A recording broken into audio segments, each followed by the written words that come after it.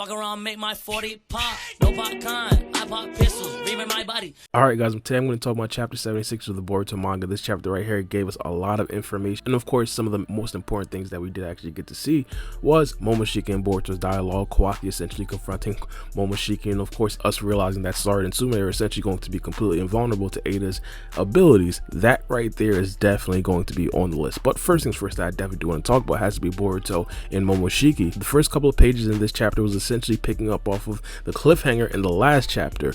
It didn't necessarily reveal too much. Specifically what Momoshiki said is that it seems that you were able to see the same tableau that he did, essentially saying that Boruto was essentially able to see the same things that Momoshiki did. This right here isn't really any new information, but specifically I do want to know exactly how much is Boruto going to be able to see. We understand that as of right now, Boruto was just being able to actually get Momoshiki's visions, but we understand that in the future, it's definitely possible for Boruto to start seeing a lot more of Momoshiki's visions. And honestly, the communication and link might even be stronger than a potential Karama and Naruto bond, mainly because not only does Momoshiki have the ability to actually communicate with Boruto, hypothetically in the future, if this takes on like a life of its own, it's possible that Boruto is probably going to know what Momoshiki is thinking like damn near 24/7. So this right here might be a sign of something new, and of course I am super excited for that. Now in this particular chapter, they made it a very big point to essentially rehash Momoshiki's words, essentially saying those blue eyes will eventually take everything from you.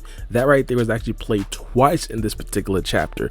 Now the first time that was played, I didn't necessarily think anything of it. The second time it was played, I kind of got a bit suspicious. Now a lot of the times in Naruto, there's times where it's like it'll be like two scenes back to back, or it'll be like two panels in manga back to back, and of course on the surface they don't necessarily have anything to do with each other, but it could be foreshadowing for down the line in the future. In the same panel, it essentially shows that Boruto is about to go to sleep.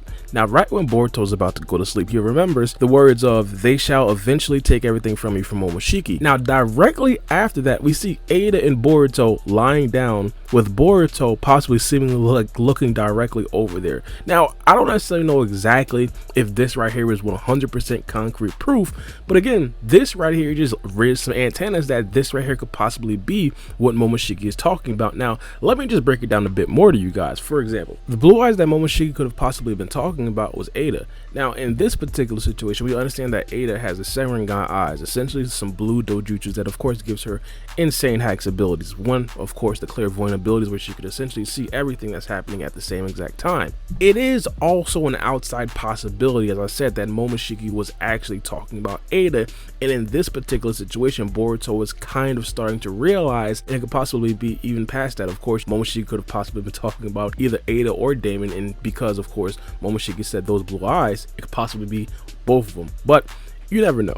Now the next thing I definitely do want to talk about has to be Sarada and Sumire. Now Sarada and Sumire being introduced in this chapter was a very good idea by the Boruto writers for many reasons, but of course one of the biggest reasons I personally wanted them to be involved is of course their original characters. They don't necessarily need a full chapter for us to learn how their characteristics are. They don't necessarily need a full chapter for us to let us see how good they could fight. They don't necessarily need a full chapter for us to see their personalities. Sarada and Sumire are already established characters in the Boruto series. They don't need any character development in the Boruto manga, which allows for the Boruto manga to waste absolutely no time. On top of that, these are two characters that has a decent following that a lot of people want to see in the Boruto manga, especially Sarada. Not only that, Sarada being a main character and not necessarily having a critical plot point in the whole entire series in the manga was kind of a problem, and now her being completely invulnerable to Eida is a very big deal. Now a couple of things. First things first, she could possibly be in danger, and that was kind of explained in this particular chapter, how if Eida does realize that Sarada and Sumire are possibly the only people in the Hidden Leaf Village that are actually able to kill her, then she might actually want them dead first before they decide to make the move. Now do I think Sarada and Sumire are going to eventually have to kill Eida? I'm going to go out on a limb and I'm going to say no. I mean, one of the things that I think is probably going to be a very difficult thing as of right now is of course seeing Eida and Damon as legitimate friends of the Hidden Leaf Village. I understand that as of right now it's extremely premature to actually say that they are legitimately friends of the Hidden Leaf Village, but one of the things that I do know about anime writers, it wouldn't necessarily be too far-fetched for enemies to eventually become friends. And Eida did say in this particular chapter that she hadn't had actual true friends as of yet, because of her ability. And this right here could possibly be one of the key times for her to actually not only find a husband in Kawaki, but also find two true friends in Sumire and Sadada. One of the biggest reasons why I see it like that is because I don't necessarily view Eida and Damon as legitimate enemies. I think that eventually we're probably going to get to a point where we're going to get more Otsutsuki members. We're going to get to a point where Code comes back possibly as an Otsutsuki member and actually tries to do away with Boruto. And I believe that those right there are possibly going to be our big and main villains. And eventually, of course, there's probably going to be something bigger, and Kawaki is probably going to splinter off, and then that will eventually be our main villain. Right now, right before the time skip, I just don't necessarily see a way where Eida and Damon could finesse and finagle a full entire arc where Sumire and Sadada eventually end up killing her. So I don't know. It's possible, but I'm going to say, maybe I'm just in a good mood after Christmas. I'm going to say they're going to become friends. But another thing that did happen this chapter, Kawaki actually did confront Momoshiki. This right here is actually something that a lot of people want to see. A lot of people wanted Kawaki and Momoshiki content. Hey, we got Ishiki and Boruto content. We might as well get some more Momoshiki and Kawaki content. But in this particular situation, it doesn't really show if Momoshiki actually agreed to speak with Kawaki. At the end of the chapter, Kawaki essentially came to Boruto, realized that Boruto actually was talking to Momoshiki voluntarily, which is like a big deal, and also essentially demanded to speak to Momoshiki. Now, this particular conversation could essentially make or break not only Kawaki and Momoshiki's relationship, but also Boruto and Kawaki's relationship, because remember, Momoshiki's goal as of right now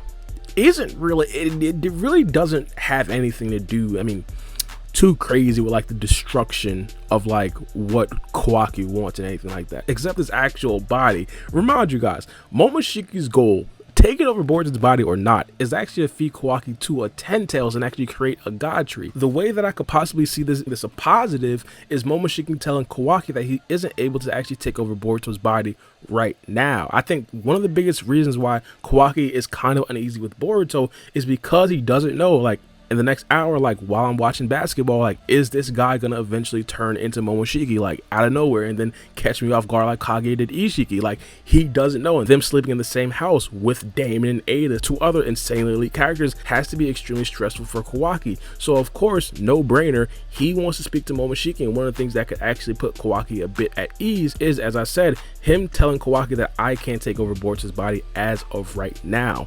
And that right there is probably going to be a tough pill to swallow, mainly because Kawaki is probably going to understand that Momoshiki is still on this mission, and it's still possible. But I personally believe that this right here could possibly ease the tension in the house at least. And also, of course, a potential Kawaki and Momoshiki friendship in the future. You never know. But let me know what you guys think about this particular chapter right here. It's been your boy Barry B, and we out.